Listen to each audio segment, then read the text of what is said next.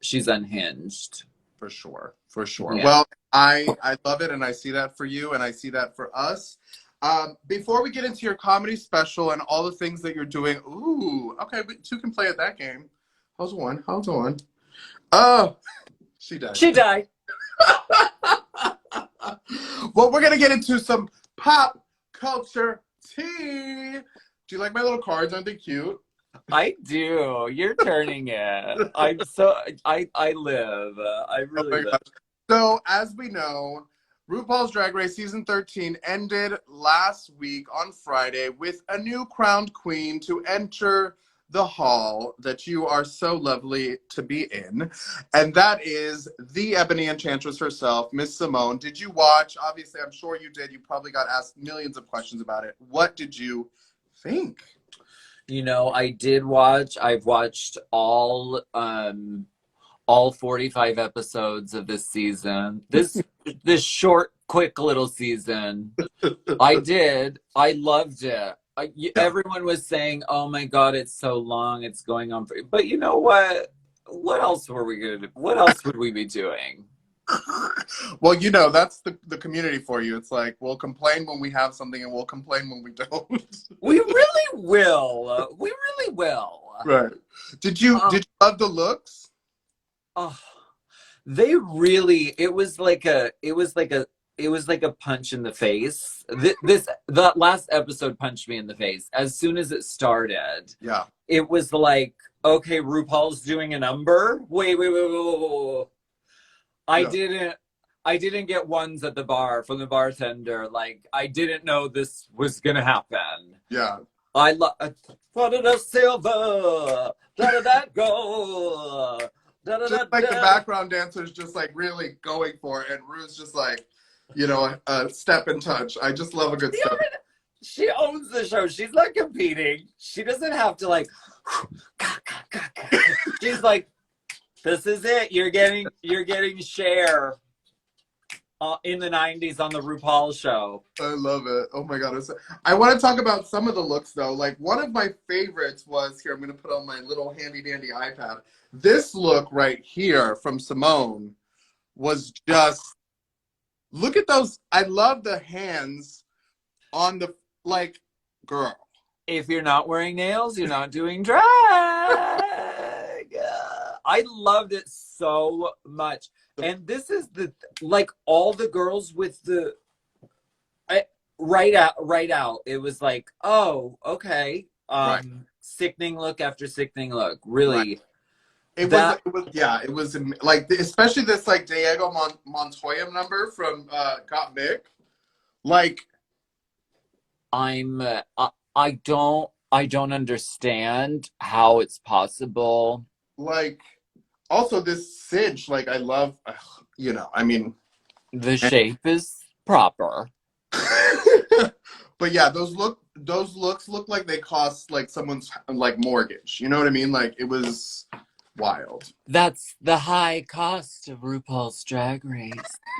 You read that one? You read that article? Who said that? Who had said that? There's an article that's like, they do the math on how much queens are spending to go on Drag Race. And Yeah. it really, I mean, it's enough to put you through college or buy a house. But Right. I mean, I don't, it's worth it because we get to enjoy really amazing fashions.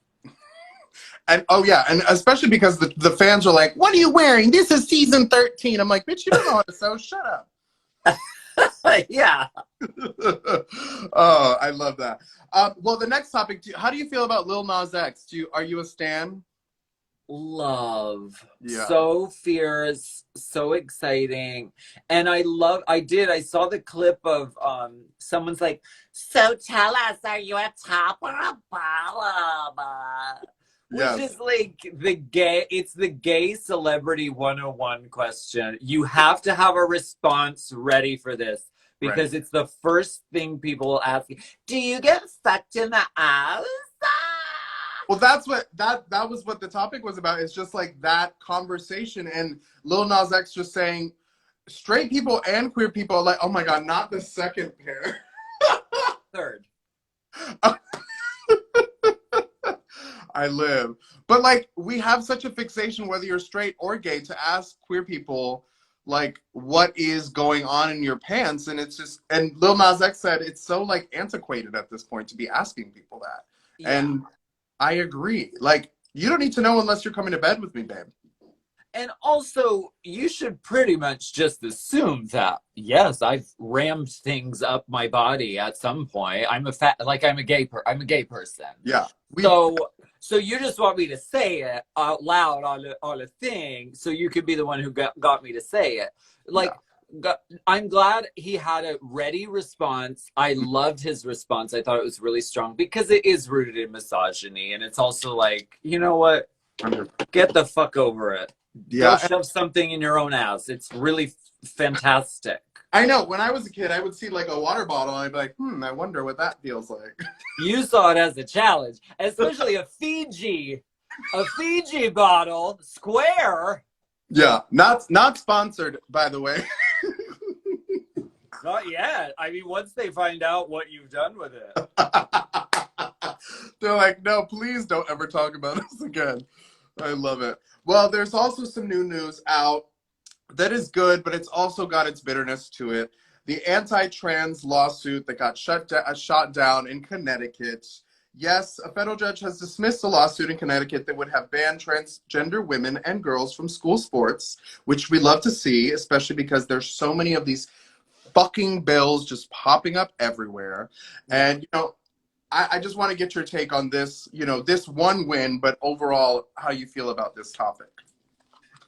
It's one win, which is, good. I'm glad that like common sense prevailed. And I love how kind of cunty the judge was in the ruling. He was like, well, seeing as you're not even pursuing sports anymore, since you filed this little lawsuit, right, I don't see it as really relevant to you. So you won't be competing against anyone, let alone a trans person. Right. So, which is like, that was a nice response, but it would be nice to just have some sort of understanding about like, well, where are these young women gonna go? Do you want them to compete on the boys team? Because that makes no sense. They're girls. Right. So it's like it's one of those things because they use the logic that's like, well, if we open it up, then there's going to be boys that want to say they're trans women just to get the scholarship. And it like harkens back to the days of like, well, if we let gay people get married, then they're going to start marrying animals. And then, if we do let trans people in bathrooms, then men are going to start dressing up as women to rape. Like, what are you guys talking about? They're using the Joanna Man defense. Do you know what? Yeah. The basketball movie? Yeah. Like, babe, please. Like, no one wants sports that bad, I promise you. Like, no. But it also goes to show that, like, cis people, a lot of times, that don't believe that we exist, that our love is real, that our identities are real, will say literally anything to make nonsense happen. And it's like, I'm glad that there's judges like the one in Connecticut. What a Vanjie saying like, girl, bye, So anyway, what are the girls saying? Everyone's laughing at the Joanna Man. What a throwback to a movie. Oh my God.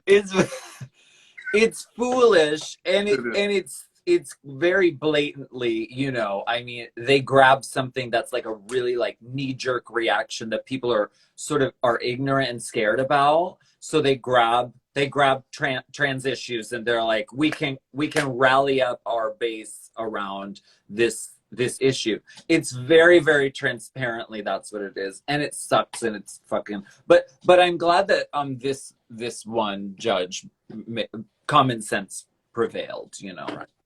Absolutely. Well, with the straights, common sense it's not always their forte, which leads me to the next little section. I love all these. Producer, can we get a screenshot of all of these looks and just put them up afterward? Because also we need a swipe up of where to get these. I'm like, let's get. You can't get them. They're bespoke. That's my Violet Chachki. She's like, they're bespoke. You can't get them anywhere. They were made for me. Well, the next topic is called, Are the Straights Okay? And Okay. seriously, I want to know. the next topic is, speaking of trans people, this trans woman is not our favorite. Sorry. Caitlyn Jenner is running for governor of California, which I just wish she would just stay home in her big, big house and leave us alone. But I will say, Bill Maher, that crusty ass motherfucker, and yes, you can, I hope he sees this. I find you crusty and whack. Bill Maher is a comedian that has been making jokes that are a little dated for quite some time. But in this case, the jokes were aimed at our transgender problematic cis, Caitlyn Jenner. I won't repeat the jokes because they're trash, but what do you think about this? Like, people using Caitlyn's gender identity, genitals, and all of that as a punchline with when there's so much more you can do.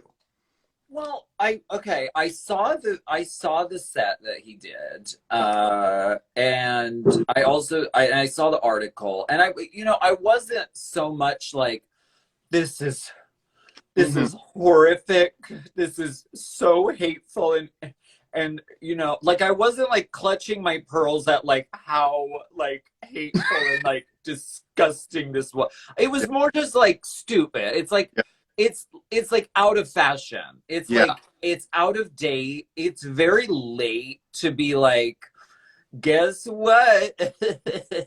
Like, to make like to make a trans joke that's like talking about the sack in Sacramento. It's like, girl. It's like, and if it was really, really funny, if the joke was really funny and like sickening, then I would kind of be like, okay, work. But it wasn't even funny. It was just like, it was a groaner. The audience didn't laugh. It wasn't funny enough to be like that offensive. So like, no, that was stupid. But also, like, trans people are some of the funniest people I know and can take a joke about themselves. But it's like it reminds you of when comedians make those jokes like, I hope he has fun in prison. It's like, girl, please. Like, we've done it. We've seen it. Move it on. It's so late. Like, move on. It's just, it's not even like, it's dumb. But that being said, Caitlyn Jenner will not be getting my vote. Let's just say that here and now. Caitlyn, stay. And this is what bothers me about it. It's like, Caitlyn, stop making us work, because we know you're not working. So stop making us work to defend your ass when we don't even like you like that. She's a Republican. Oh my gosh. Well, I always say, are the straights okay? But this next topic, I'm wondering, are the gays okay? Today, this topic is about the love is love gays, the ones that feel they really need to get married. If you're one of those girls in the comments, good for you. But these two homosexuals chose to get married on an erupting volcano, which is...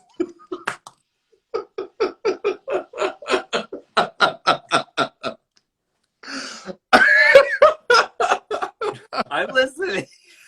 I'm listening. This is, how about you can play one of the married men that were in the front of the volcano. Why would you get married in a volcano, sir? Could you tell this is the news story. These two young men, there's an erupting volcano, an active volcano with lava pouring out. And they decided, they got all their friends together and they said, we're having our wedding on the volcano. It really, I mean, okay, if you're a thrill seeker, like, God bless you, work, love it. But like, the wedding pictures are just like the most 2020 thing ever, because it's like these two like nice gays in like sweater vests holding hands, and they're in front of a burning hellish chasm, like a burning hellscape. It's like, you really summed up like life on Earth in the current age. Yeah, that would be the caption for that picture for me, would be like, me and Caitlyn Jenner's America.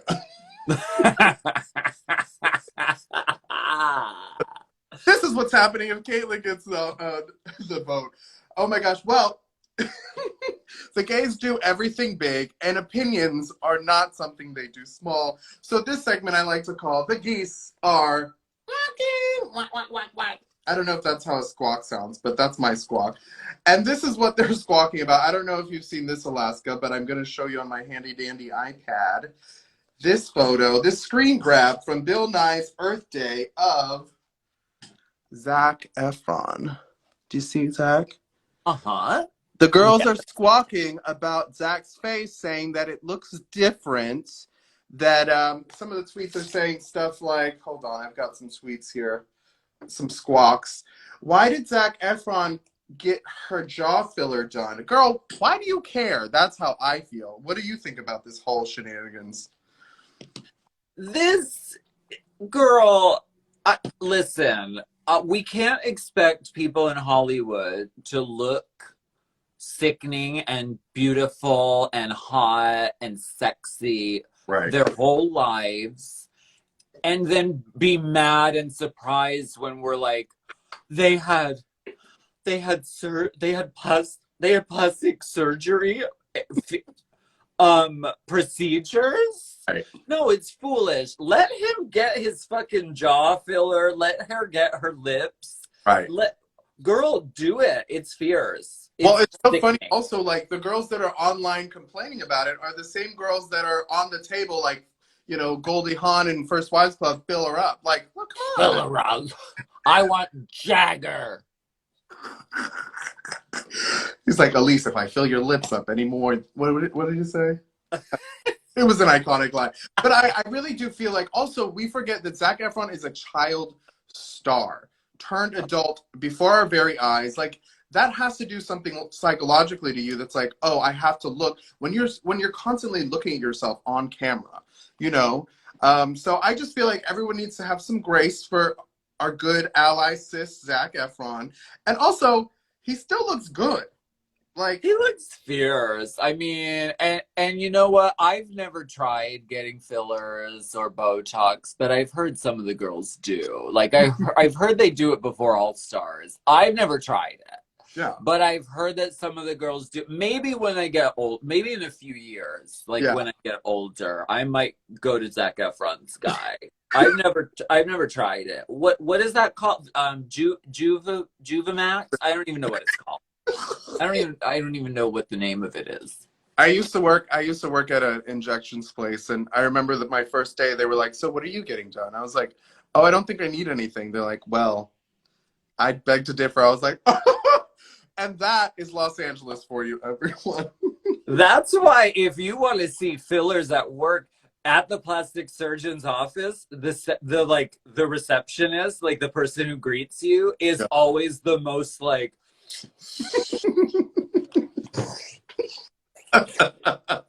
like surged boots, and I live for it. Yeah. I do not judge anybody. I think Zac Efron looks really fierce, and I go for it. People go to much greater lengths to change their appearance with diet, like extreme diets to like bulk muscle and like. Well, yeah, it's like you can't say, like, people forget body positivity is not just about weight. It's about bodies completely. So if I'm going to do something to my body, one, it's not your business. And two, if that's going to make me feel good, then you should be supportive of whatever it takes for me to feel like myself. So yeah, I think the geese need to squawk the fuck up. Are you ready, geese? Stop squawking. Dun, dun, dun, dun.